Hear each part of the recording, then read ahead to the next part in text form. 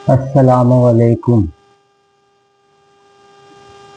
आज जो मैं वीडियो बनाने जा रहा हूँ तो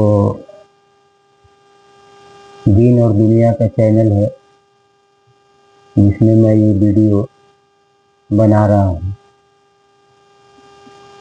तो आज का टॉपिक है वक्फ बिल।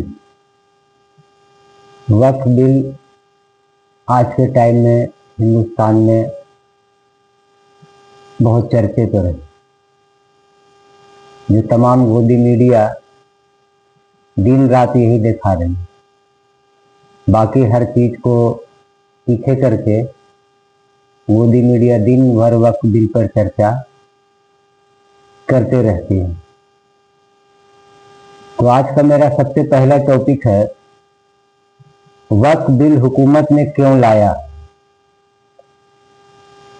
मेरा मानना यही है, और मैं जहां तक सोचता हूं कि वक्फ बिल हुकूमत ने क्यों लाया, क्योंकि वक्फ बोर्ड वाले हमारे नुमाइंदे आंख और कान बंद किए हुए थे और उनको भी सिर्फ कुर्सी चाहिए था, और ये भी शायद इसमें मिले होंगे। ये मैं प्रूफ नहीं कर सकता, मैं अपनी बात रख रहा हूं। और रहा हुकूमत की बात, तो बीजेपी खुद को चेक कर रही थी कि 240 सीट के बाद हम कहां पर खड़े हैं। बीजेपी को लगा था कि विपक्ष के भी कुछ लोग उन्हें वोट करेंगे, पर ऐसा हुआ नहीं। ये था नंबर एक। दूसरा है, आज अल्लाह का करम है कि जैसी करनी वैसी भरनी। आज बीजेपी और उनके अलायंस भी वक्फ बिल में फंस चुके हैं। गरीब, यतीम, बेवा, मस्जिद, मदरसा, ये सब अल्लाह के भरोसे चलते हैं और अल्लाह इनकी मदद जरूर करेंगे। जिसका कोई नहीं उसका तो खुदा है यारो, मैं नहीं कहता किताबों में लिखा है यारो। अब नंबर 3 पे है माननीय मुख्यमंत्री नीतीश कुमार जी और माननीय मुख्यमंत्री चंद्रबाबू नायडू। चंद्रबाबू नायडू मुसलमानों के ऊपर ध्यान देते थे, पर बीजेपी के जाल में फंस चुके हैं और बाकी को फंसना अभी बाकी है।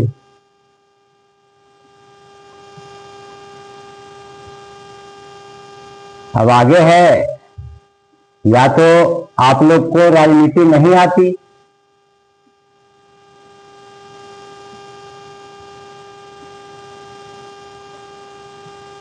या जानबूझकर प्लानिंग के साथ बिल पास करवाए हैं। यही दो चीज हो सकता है। या तो आप लोग को राजनीति करनी नहीं आती, और या तो जानबूझ के प्लानिंग के साथ आप लोग वक्फ बिल को पास करवाए हैं। आप लोगों की उम्मीद जहां से खत्म होती है, मुसलमानों की उम्मीद वहां से शुरू होती है।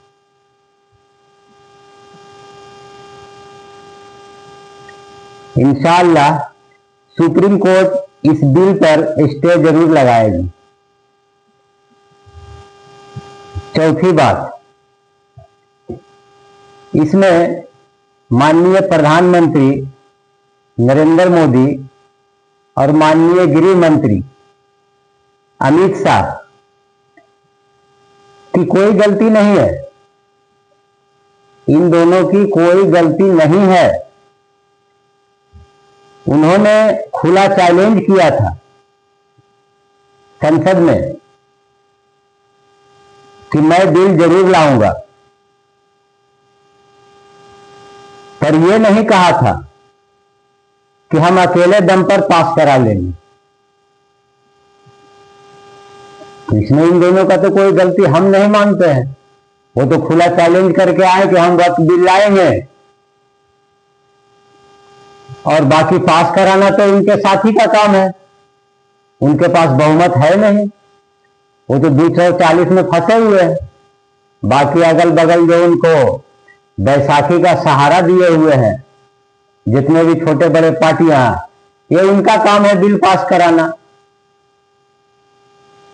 तो माननीय गृह मंत्री तो ट्राई में थे कि बिल पास हो गया तो भी अच्छा, ना पास हुआ तो भी अच्छा।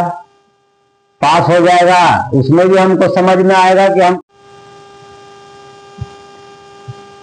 तो पास हो गया वो भी अच्छा, ना पास होगा वो भी अच्छा।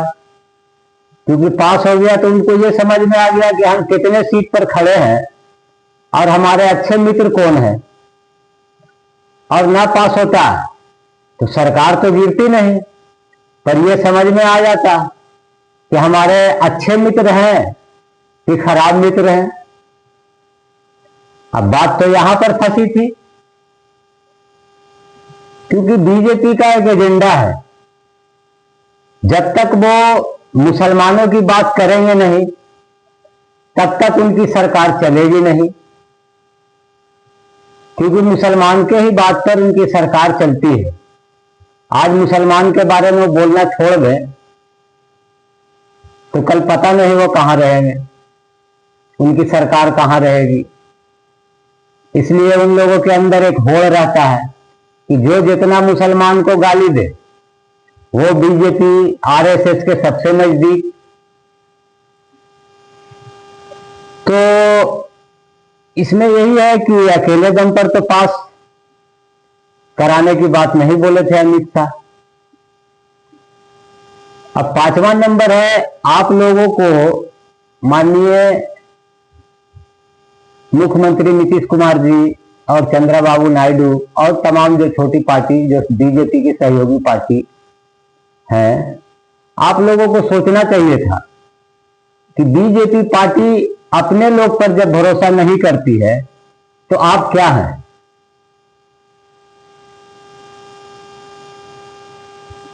देख लीजिए, आप पीछे का हिस्ट्री उठा के देखिए कि माननीय प्रधानमंत्री मोदी जी के आने के पहले हम लोग लाल कृष्ण आडवाणी जी के कामों को देखा, उनके रथ यात्रा को देखा, उनके भाषण को भी सुना, पर कभी भी उन्होंने डायरेक्ट मुसलमान को गाली नहीं दिया और ना अपने लोगों से कुछ कहलवाया। परवीन तोगड़िया जी थे और बहुत सारे नाम थे, लेकिन आज उन लोगों का हश्र बीजेपी ने क्या किया। जिनमें लाल कृष्ण आडवाणी, दूसरे हो गए शिवराज सिंह चौहान, जिन्होंने अपने दम पर मध्य प्रदेश चुनाव को अच्छे बहुमत से जिताया, उनको भी साइड कर दिया गया। राजस्थान के मुख्यमंत्री वसुंधरा राजे को भी साइड कर दिया गया। तो अनगिनत नाम है आपके सामने, फिर भी नहीं समझे। चलिए, आप लोगों ने अपनी जिम्मेदारी निभा दी, अब हम लोगों को अपनी जिम्मेदारी निभानी है। छठा बात है, सरकार ने अमेंडमेंट लाया, हमें कोई दिक्कत नहीं थी, अमेंडमेंट होना चाहिए और होते आया है। ये संविधान अधिकार भी देता है कि जो कानून कुछ है उसमें अगर थोड़ा बहुत अमेंडमेंट करना है तो आप कर सकते हैं। तो सरकार अमेंडमेंट लाई, हम लोगों को कोई दिक्कत नहीं था। दिक्कत यहां है, हम लोग की एक भी बातें नहीं सुनी गई। तमाम लोग चिल्लाते रहे, पर जो जेपीसी में बैठे हुए थे, उनके कान पर जू तक नहीं रेंगा और ये बिल पास करने के लिए संसद में आ गया। और सरकार से हम ये पूछना चाहते हैं कि जिस धर्म के बारे में जिनको बिस्मिल्लाहिर्रहमानिर रहीम का मतलब नहीं पता है, जिनको बिस्मिल्लाहिर्रहमानिर रहीम का मतलब नहीं पता है, वो वक्त का डिसाइड करेंगे। आपको जानकारी नहीं है, आप दूसरे धर्म का डिसाइड करेंगे। हाँ, उसमें अगर कुछ कमियां हैं, खामियां हैं, उसको आप दूर कर सकते थे। हम लोग में भी लोग पढ़े लिखे हैं, काबिल इंसान है। ऐसा नहीं है कि मुसलमान में काबिल एक भी नहीं है। मुसलमान गरीब जरूर है, मुसलमान की आर्थिक हालत भले खराब है, लेकिन इल्म की कमी नहीं है उनके पास, इल्म है उनके पास। तो सरकार अमेंडमेंट लाई, इसमें हमें कोई दिक्कत नहीं था, पर हम लोगों की बात सुनी नहीं गई, दिक्कत वहां पर था। तो वक्फ बोर्ड का डिसाइड कैसे होगा? दूसरा, वक्फ बोर्ड में आपने जो हमारे धर्म के बारे में नहीं जानते हैं उनको ले आए। दूसरा है, तीसरा है कि ज्यादा संख्या में आप ले आए और जो वो कहेंगे वही पास होगा। तो ये तो वही कहानी हो गई ना कि जब एक बार इलेक्शन कमीशन का चुनाव कराने के लिए उसमें पक्ष और विपक्ष अलावा सुप्रीम कोर्ट के जज रहेंगे, तो आपको नागवार गुजरा। आप बहुमत के दम पर और कुर्सी की ताकत से आपने सुप्रीम कोर्ट के जज के बात को जब पलट दिया, तो हम लोग तो आम जनता है, हम लोग कौन खेत के मूली है? क्या आपकी नजर में आईएएस, मुसलमान आईएएस अफसर काबिल नहीं होते हैं? हम सारे हिंदुस्तानी भाई को गर्व है कि हम हिंदुस्तानी हैं, पर हम एक दूसरे के धर्म का डिसाइड नहीं कर सकते। नंबर 7, हम आप पर कैसे यकीन करें कि हमारी बेवा बहनों, गरीब यतीम बच्चों का भला करेंगे?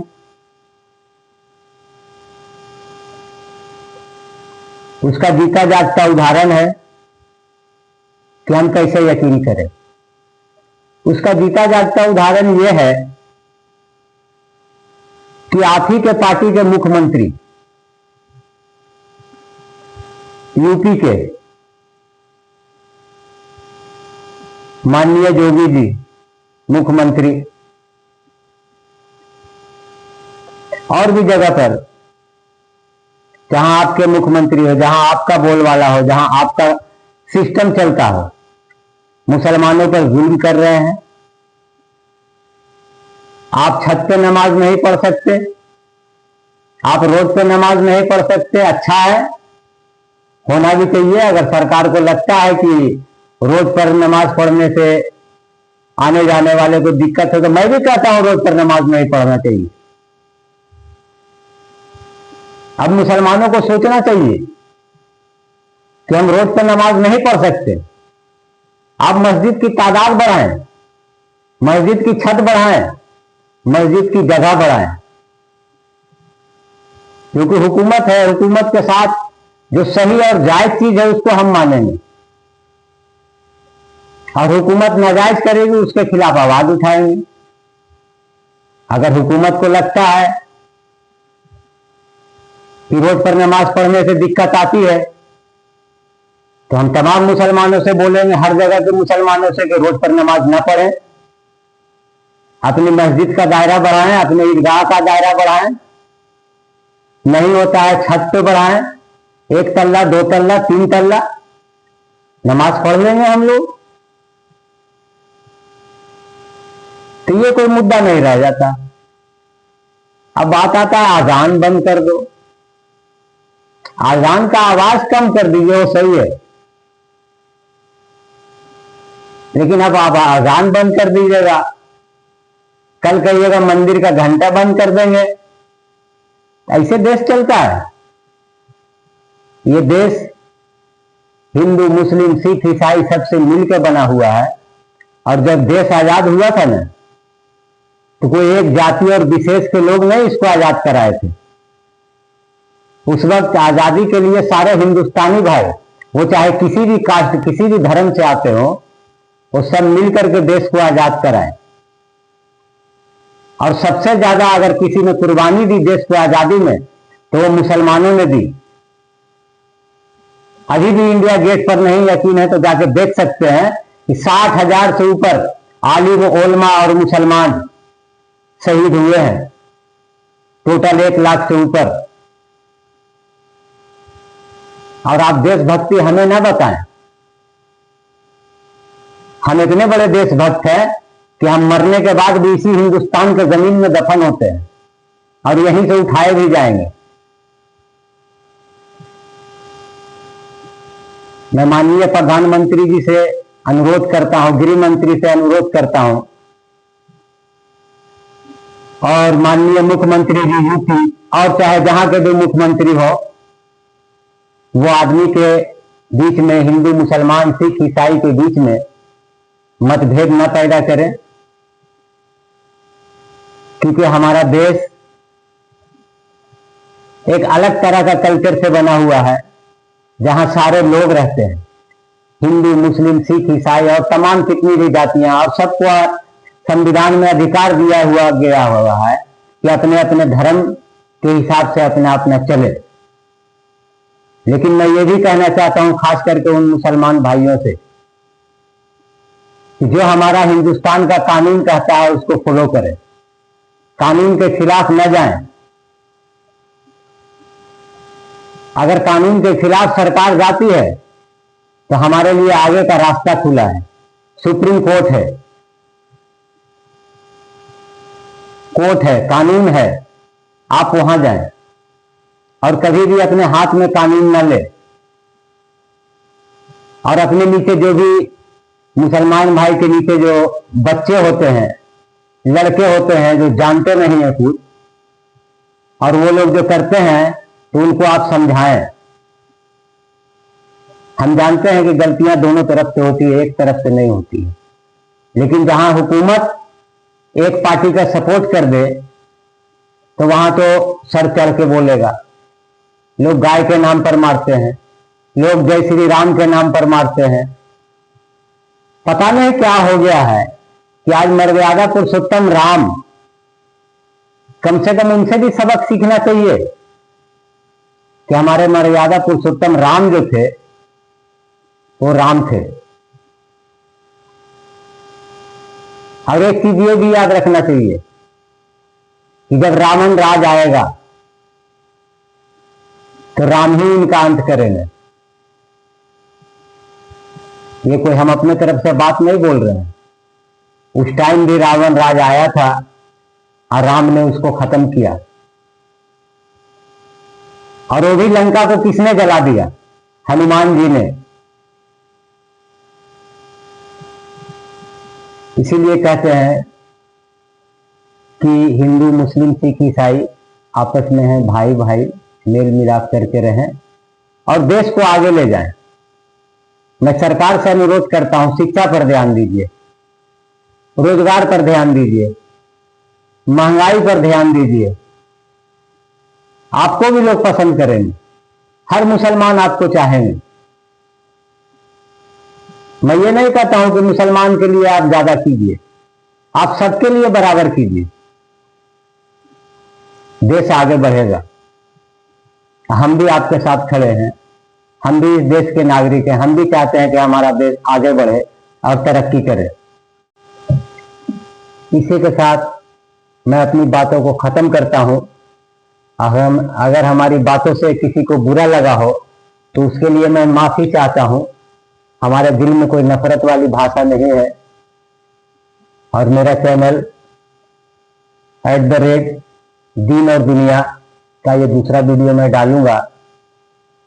अगर आप लोगों को अच्छी लगे तो लाइक करें, शेयर करें और तमाम लोगों तक पहुंचाएं, और अगर खराब लगे तो डिसलाइक करें। मैं कोई फेमस होने के लिए, कोई ये के लिए नहीं बना रहा हूं। मैं हर उस इंसान तक अपनी बात को पहुंचाना चाहता हूं, जहां से मैं भी गरीब से आज गरीब ही हूं, लेकिन फिर भी कोशिश कर रहा हूं, लड़ते रहता हूं। इसलिए इस चैनल को आगे बढ़ाने की कोशिश करें और ज्यादा से ज्यादा लोगों के पास इसको भेजें और शेयर करें। इसी के साथ अपनी बातों को खत्म करता हूं, और जो भी गलती हुई हो, बोलने में मिस्टेक हुआ हो, तमाम नेताओं के लिए या लोग के लिए या किसी को भी हमारी बातों से आहत लगा हो, तो उसके लिए मैं हाथ जोड़ के माफी मांगता हूं।